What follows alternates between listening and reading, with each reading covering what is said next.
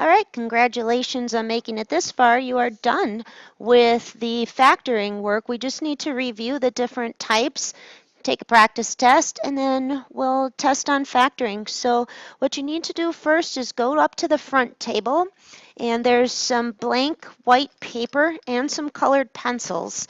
And what you need to do is grab a sheet of colored paper and 2 colored pencils. So pause this video and go to the front table and grab those things. All right, so this is a review, a factor review.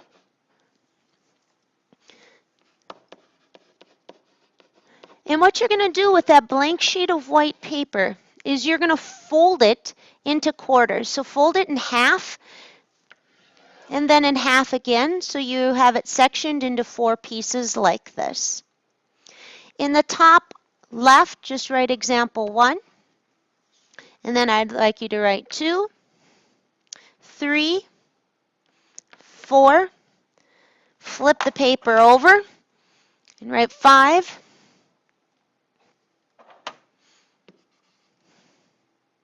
6, 7, and then the bottom right here, you're just going to leave blank. So we're going to go through 7 examples. And so what I'd like you to do is go into the top left where you wrote example 1, and this is what I would like you to write. And I'll tell you what the colored pencils are used for in a minute. If you didn't grab them, pause this and go grab 2 different colored pencils. So first of all, we are going to factor 2x squared minus 16x. And the first thing you need to ask yourself is, on all of them, can I divide or pull anything out of both terms? So write that, and then what I'd like you to do is take one of your colored pencils and put that in a box. So the first thing we're going to ask ourselves is, can I pull anything out? So write that, take a colored pencil out, and box it in. Then we're going to answer that question. Can I take anything out of these? And because they're both even, definitely we can pull out a 2. Because they both have x's in them, we can pull out the smallest number of x's that we see. So the answer to this is yes, we can pull out a 2x. Right below that, right, then do it and put it in a box. So the first question is, on all of them, can I pull anything out? If the answer is yes, then do it. So we're going to go do that. We're going to take that 2x, we're going to divide it out of each term. When I divide a 2x out of the first term, the 2's go and 1 of the x's go, which leaves me with just an x. When I divide a 2 and an x out of this one, dividing out a 2 will give me an 8. Dividing out the x leaves nothing, and I need a link of subtraction. Then I ask myself, can I unfoil it? And again, take out your colored pencil, put that question in a box with that colored pencil, and the answer is no. And by it, I mean this. This is not unfoilable. I can't break it into like x plus something, x minus something, because it leads in an x, not an x squared. And so I know I'm done, and I want you to take out your second colored pencil, whatever color, I'm going to use green, and I want you to put that in a box because that is now done. So notice our process. The first thing we do is we say, can I pull anything out? Yep. Then you have to do it. Then after you're done doing that, you have to ask yourself, can I unfoil it from here? And the answer to that is, uh-oh, got a mistake there. Should have caught me. Should have yelled at me. Answer to that is no, which would imply that I am done. And then I put my answer in a box. So now go to your number 2 box on your blank sheet of white paper. And number 2 is going to be x squared plus 14x plus 24. So you should be using a pencil and 2 colored pencils. And again, the first question is, can I pull anything out. And again, if you need to pause this to catch up with the writing, go ahead. Can I pull anything out of every term? Well, definitely no numbers. And again, put this in a box with your colored pencil. It's all going to be nice and organized. Well, no numbers come out of these because this is only a 1. And they don't all have x's either. So the answer to that is no, which means I move on to the next question. Question number 2 is, can I unfoil it? What do I mean by that? We'll pause and go ahead and write that for a second. And again, let's take out our colored pencil and put it in a box. When I say, can I unfoil it, what I need to do is go back up and see if it can be broken apart. So I'm going to actually rewrite it here. Why don't you guys as well? Nothing can be pulled out. But I'm now asking myself, can I break it into firsts? Well, definitely I can get the x squared. So I'm starting to unfoil it. There's my firsts. Then I go to the lasts, and I know I have to multiply them to equal 24. So let's try 1 times 24. Does that add up to 14? No. Well, let's go to 2, because 2 goes into 24 12 times. Does that go into 14? And the answer is yes. So I found my winning pair. Keep in mind, if that hadn't worked, I'd go up to 3 times 8, then 4 times 6. If none of those worked, the answer would be no, but this one's a yes. All right, so let's do that. Let's do signs. Positive and positive means everything is positive. And I'm done. And I take out my other colored pencil and I put it in a bubble. So let's repeat the process for this one. I asked myself, can I pull anything out? The answer is no. Can I unfoil it? Well, I knew I could get started because of that x squared there, so it was worth a try, and it worked. I found 2 and 12 that multiplied to give me that outside and inside that added up to 14. So there's example number 2. Moving right along, we're just doing review today, is example number 3. Because all of these types are on your test, and you need to have a plan of attack so you don't end up getting stalled out here on this test. So again, my first question I ask myself is, and you should anticipate it, can I pull anything out?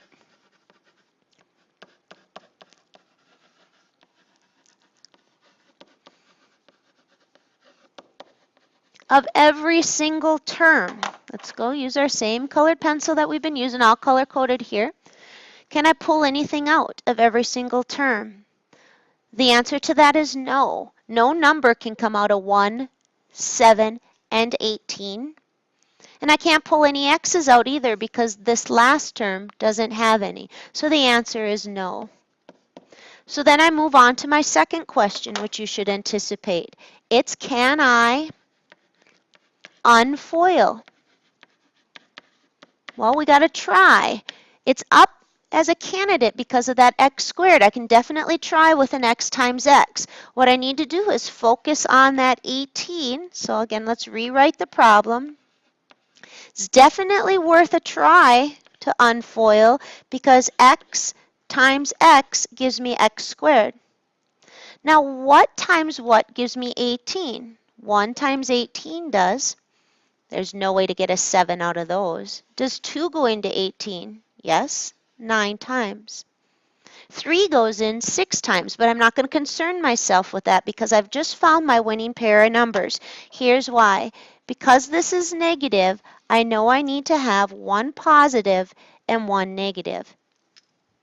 Is there a way I can come up with a negative 7 out of these two numbers? And the answer is yes, as long as the 9 is negative.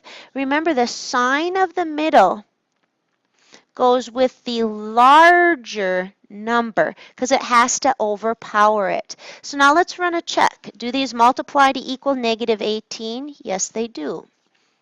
Do they add up to negative 7? Yes, they do. So I know I need to have a minus 9 and a plus 2. So the answer to this was yes. And I'm going to go take out that colored pencil and put my final factored form in a bubble. At the bottom right on that white sheet is example number 4. Example number 4 is 2x squared minus 16x plus 30. First question, can I pull anything out?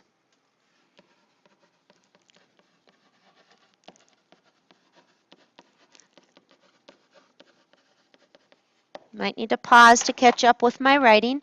Put that in a box and answer that question.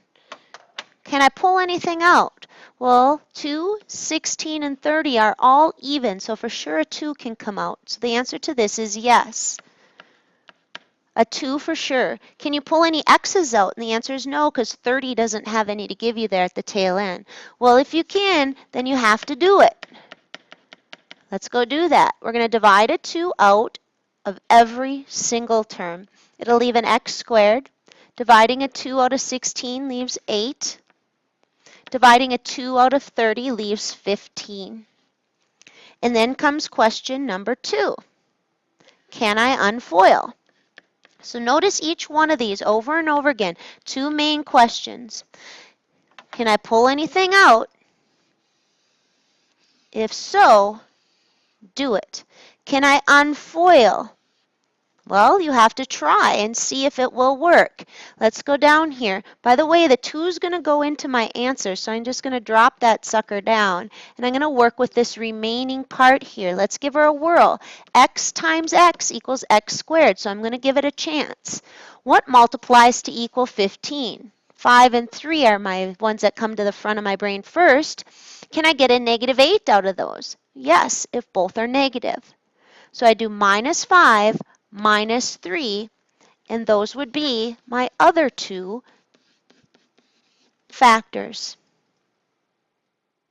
And again, if at any point I'm going too fast or you need to rewind, you go ahead and do that. Perfectly fine by me. Next one, flip your paper over, top left corner. We'll be putting number 5 in there. Number 5, oops, and I forgot to put that last one in a bubble, so take out your colored pencil and bubble it in. Number 5, kind of a weird one. First question, can I pull anything out? Getting sick of that one? I'm getting sick of writing it, but it does need to be asked every time, because if you miss it, you have a problem. So can you pull anything out of both of those? Obviously not. They don't have x's to give you. They don't have numbers to give you. So we put that question with our colored pencil in a box. And we move on to question 2. You should anticipate what it is. Can I unfoil? Well, let's give her a whirl. All right, so we've got x squared minus 81. I'm going to rewrite it here. Is it possible to get that x squared? Sure thing. Is it possible to get 81? And remember, the middle term is missing. So this is what we call that difference of squares. It's not in there, which means it must have been a 0x. And in order for that to happen, for you to add things up and get 0, you have to have what we call opposites. See what I mean? All of these equal 0. So in order for me to wipe out with the O and the I have to end 81 in a pair of opposite numbers. So we've got samers in the back, and we have to have one positive, one negative. Those are really easy to do if you can spot them. Just like, say, 4x squared minus 25. All right, we can start trying this. We could go with 2x and 2x, samers out front, samers out back, but there's a missing middle term, so I got to make sure I wipe it out with a pair of opposites. Those are nice and easy. So let's go put that answer in a big bubble with your colored pencil. That is the factored form of this. Next up, moving right along here, we are got 2 more examples to do, number 6 and number 7. Number 6 is the big gun. This will be the A breaker. Number 6, 3x squared minus 17x minus 6. The first question, I'm not going to write it again. Can I pull anything out? There's nothing that goes into all of these. 3 goes into 3 and into 6, but not into 17. They don't have all x's in them, so that we can't do that. So I try to unfoil it, but I don't like the fact that I've got this 3 here. So this is where you need to go look at that cardstock where we wrote the divide and slide steps, and you need to kind of know those in order to take the test. So this, what we're going to do is, remember what we do first. We multiply this to the back to create just the x squared because it's easier to work with. We then unfoil with x and x, so we don't have to worry about what's out front right now. Then we look at what multiplies to equal 18 that you can get a 17 out of. 18 and 1's a nice winner, but you got to make sure that that sign goes with the larger term. So I'm going to repeat what we do. We multiply this to the back and we put it there. We then factor the remaining one. So mine is going to factor into x minus 18, x plus 1. This is the kicker right here that gets you going. This is where you have to remember that you have to divide by that lead term again. You multiply it into the back, but then once you're done, you divide both sides by 3. We reduce the fractions that we can. 18 over 3 is 6, and then it's called divide and slide. So x minus 6 times 3x plus 1 is my answer. How would I check that, by the way?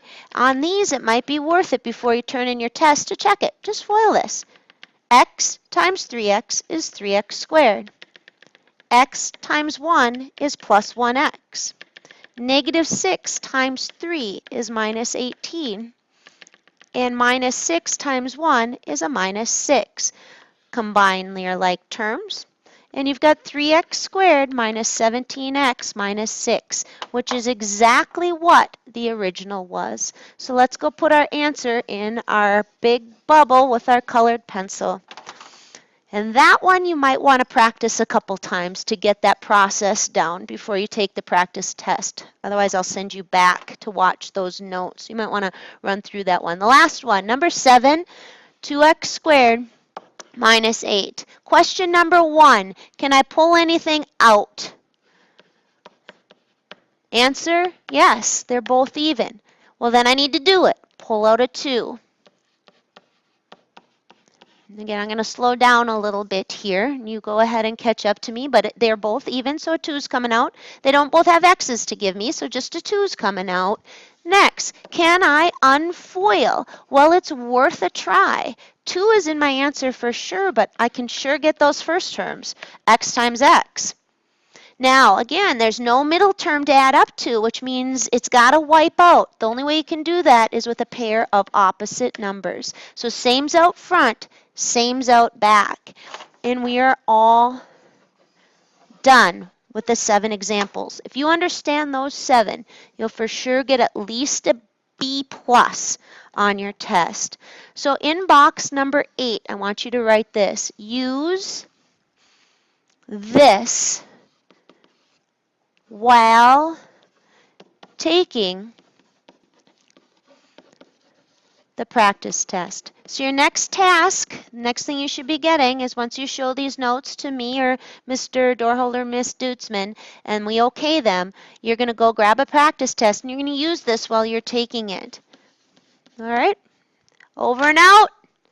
Girl Scout.